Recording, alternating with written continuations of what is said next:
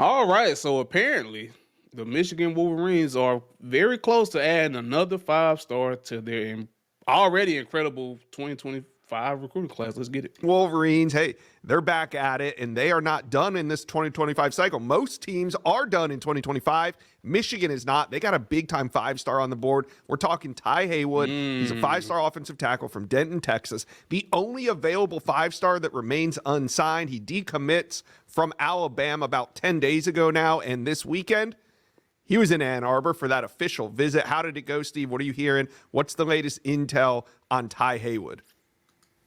Much anticipated official visit. Michigan's a program we've been keeping an eye on since the end of the fall for Tai Haywood. They're one of the biggest reasons why he didn't sign with Alabama, long-time commitment. And with that, Alabama's like, you're not signing in December. We're all moving on here. So Michigan gets Tai Haywood on campus right after Sharon Moore, Grant Newsome, Sean McGee, their general manager, make an in-home visit. These relationships are really strengthening. Coach Moore, the emphasis on the offensive line. Coach Moore is really leading the charge in recruiting Tai Haywood, so I think that's special as well, getting them on campus, getting them around guys, getting them around the program, the stage that Michigan plays on.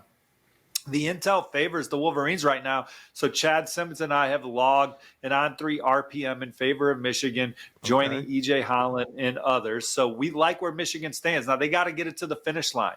Florida State, Texas Tech, still trying to chip away. We'll see if some other schools emerge. But right now, really like Michigan's position coming out of the in-home with Coach Moore, Coach Newsome, and Coach McGee. And then the official visit this weekend. They're really impressing Tai Haywood and his family. So my pushback with well, I didn't really got pushback, but I like Tai Haywood. I thought there was probably some better offensive linemen in this class as well. Maybe that's why Alabama moved off them so quickly after he didn't sign in December, because they probably felt he's good, but we probably got somebody just good on campus. So I like Tai Haywood. I think he has a lot of upside. I don't think he's reached his full potential at Denton Ryan at the high school level. But I like Tai, man.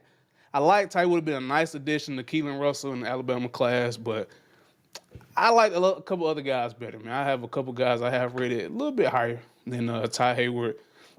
He's going to be a huge pickup for Michigan. One thing Michigan can do, and that is develop and identify really good offensive line play. I think I feel a little bit better with Tai Haywood as like a 4-star-ish player, but hey, man, I ain't going to complain too much about him being a 5-star. The kid can play. So, we watched Michigan recruiting kind of hover around the 17, 18, 20 spot in recruiting for much of the cycle.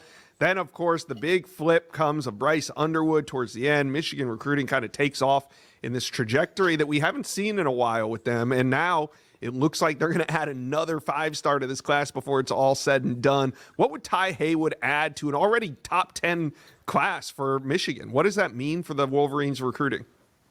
Well, I believe they would jump 3 more spots to number 6, so the Wolverines have a chance to finish with On3's number 6 ranked recruiting class. And you look at it at the top, you have Bryce Underwood, the number 1 overall player in the country, the top quarterback prospect in the land, someone that's going to come in right away and compete for QB1 duties right out the gate. 6'4", 215 pounds, 2-time state champion at a high school that had never won a state championship before he stepped on the field. He played in 3 state championship games, had 4 deep runs in the state playoffs. He's a winner. He can make every throw. He can extend plays. He's going to give Michigan their most talented signal caller under center in quite some time.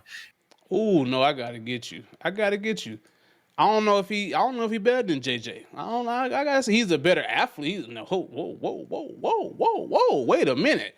He's a much better athlete than JJ McCarthy. I think JJ McCarthy, I don't know if they asked him to do much in that offense either, but I don't know if he's the best signal. I mean, you did win a national championship with JJ McCarthy. I don't know if Bryce can make all the throws. He can make enough of them. You're going to have to definitely tailor your offense around, the RPOs, the read options, the screens, the slants. That's what they did with him in high school.